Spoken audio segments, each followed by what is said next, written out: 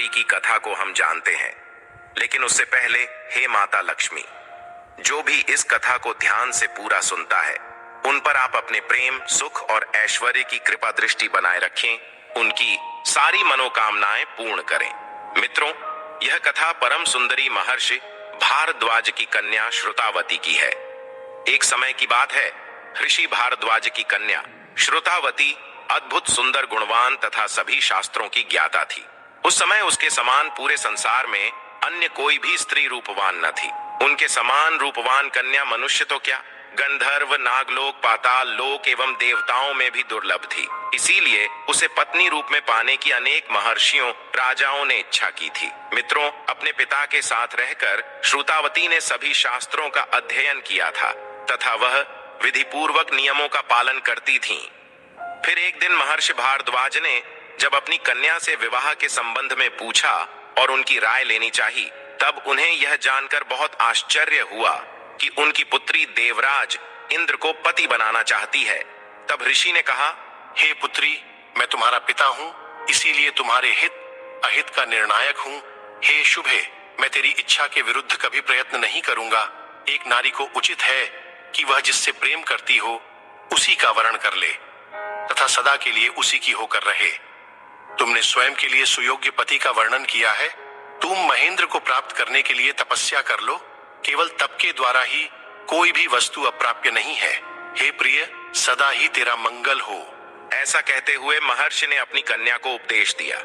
मित्रों, तब वह कन्या श्रुतावती अपने पिता के आश्रम को छोड़कर सुमेरु पर्वत के घोर अरण्य में प्रवेश कर गई और अपने पिता के कहे अनुसार अनेक कठोर व्रत एवं उपवास करती हुई वे देवराज इंद्र की आराधना करने लगी।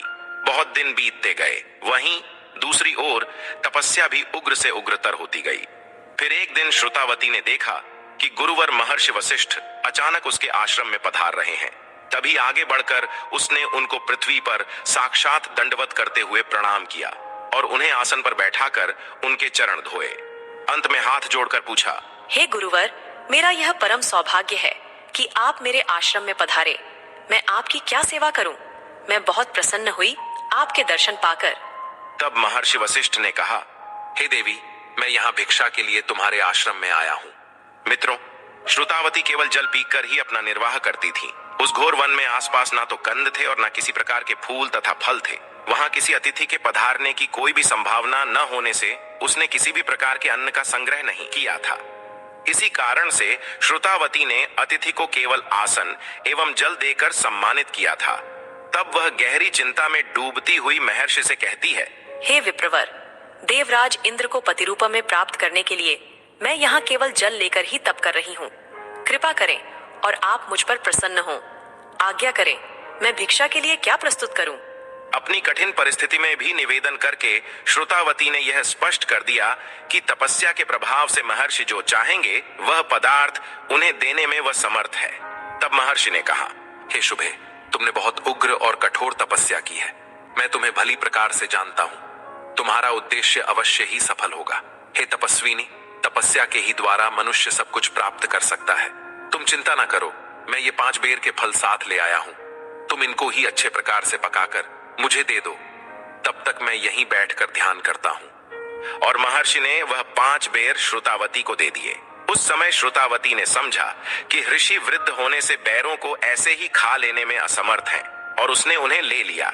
मित्रों, श्रुतावती ने स्नान करके स्थान लीप कर और कुछ पत्थरों के टुकड़े एक साथ रखकर चूल्हा बनाया और एक अपने जल ढकने के धातु पात्र में उन बेरों को डालकर थोड़े से जल के साथ चूल्हे पर चढ़ा दिया और अग्नि प्रज्वलित की।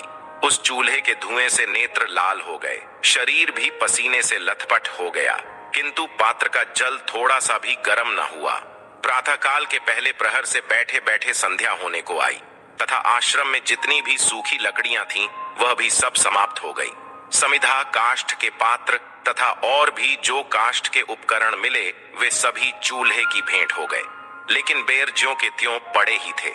उनका पकना तो दूर, पात्र में डाला हुआ पानी भी गर्म नहीं हो रहा था। तब मन ही मन विचार करते हुए श्रुतावती ने कहा, मेरे अनेक जन्मों के पुण्य से तो महर्षि वशिष्ठ मेरे अतिथि हुए हैं। वे भूख प्यास से आतुर हैं और सवेरे से बैठे हैं और पता नहीं कहां से ढूंढकर स्वयं ही ये बेर ले आए हैं। यदि अब मैं उन्हें पकाकर भी न दे सकी तो मुझे स्वयं पर धिक्कार है। इस शरीर का इससे सार्थक उपयोग क्या होगा कि वह इतने सम्मान्य अतिथि की सेवा में नष्ट हो जाए। जलाने के लिए अब तो कुछ भी नहीं रहा है। मित्रों, वहीं दूसरी ओर चूल्हे की अग्नि शांत होती जा रही थी। अब तो सूर्यास्त होने ही वाला था और श्रुतावती के पास वन में जाकर लकड़ियां संचय करने का भी समय नहीं था। तब उसने एक कठोर निश्चय किया और अपने दोनों सुकुमार पैर ही चूल्हे में डाल दिए। तभी विनय भाव से श्रुतावती ने कहा, हे देव, आपके बेर पक गए हैं, आप इन्हें ग्रहण करने की कृपा करें। मैंने मेरी तपस्या के प्रभाव से इन्हें तैयार किए हैं। श्रुतावती ने चूल्हे के पास से ही पुकारा। अब वह उठने में असमर्थ थी क्योंकि उसके दोनों पैर घुटने से ऊपर तक चूल्हे की अग्नि में जलकर भस्म हो चुके थे। उसी समय बेर रखे हुए पात्र को उसने चूल्हे से नीचे उतार लिया था और बेर की गुठलियों को निकालकर फेंक दिया था। अग्नि के स्तंभन का संकल्प भी तपस्विनी के जलते हुए पैरों के तेज पर विफल हो गया था। बेर तो क्या, इस अग्नि में पत्थर होते तो वे भी पक गए होते। मित्रों, अपने प्रिय श्रुतावती की हालत को देखकर महर्षि की आंखों में पानी भर आया। वे उसे साष्टांग नमस्कार करते हुए उसके पास जाकर बैठ गए और वे अपने असली रूप का दर्शन देते हुए कहते हैं, हे देवी, मैं ही तुम्हारा इंद्र हूं। तुम्हारी तपस्या, त्याग तथा मेरे प्रति अनुराग से आकर्षित होकर वशिष्ठ के वेश में मैं ही आया था। अतिथि के लिए अपने शरीर की आहुति कर देना तथा शरीर के जलते रहने पर भी प्रसन्न एवं श्रद्धान्वित रहना, यह तुम्हारा ही कार्य है। तुम अवश्य ही मुझे प्राप्त करोगी। मित्रों, श्रुतावती ने देखा कि दिव्य मणिमय मुकुट, कुंडलादि से आभूषित वज्रधर इंद्र उसके सम्मुख उपस्थित हैं। हर्षोल्लास, अति प्रसन्नता के साथ श्रुतावती की भी आंखें भर आईं। तभी इस प्रसन्नता पूर्वक क्षण में श्रुतावती ने देवराज इंद्र के हाथों में ही अपने प्राणों को त्याग दिया, क्योंकि उसका मनुष्य शरीर अब पूरी तरह से जल चुका था। मित्रों, पौराणिक कथाओं के अनुसार पुनः श्रुतावती दैत्यराज पुलोमा के यहाँ उत्पन्न हुई और महेंद्र ने शची के रूप में उन्हें अपनी अर्धांगिनी बनाया था। आज भी श्रुतावती का वह आश्रम बदरपाचन तीर्थ के नाम से प्रख्यात हुआ है।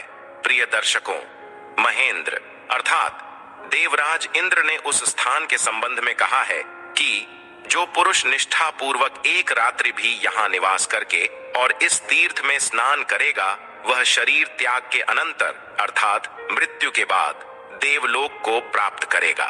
तो मित्रों, आशा करते हैं आपको यह कथा जरूर पसंद आई होगी। तो वीडियो को लाइक और चैनल को सब्सक्राइब करना ना भूलिए। साथ ही कमेंट में जय मां लक्ष्मी जरूर लिखें।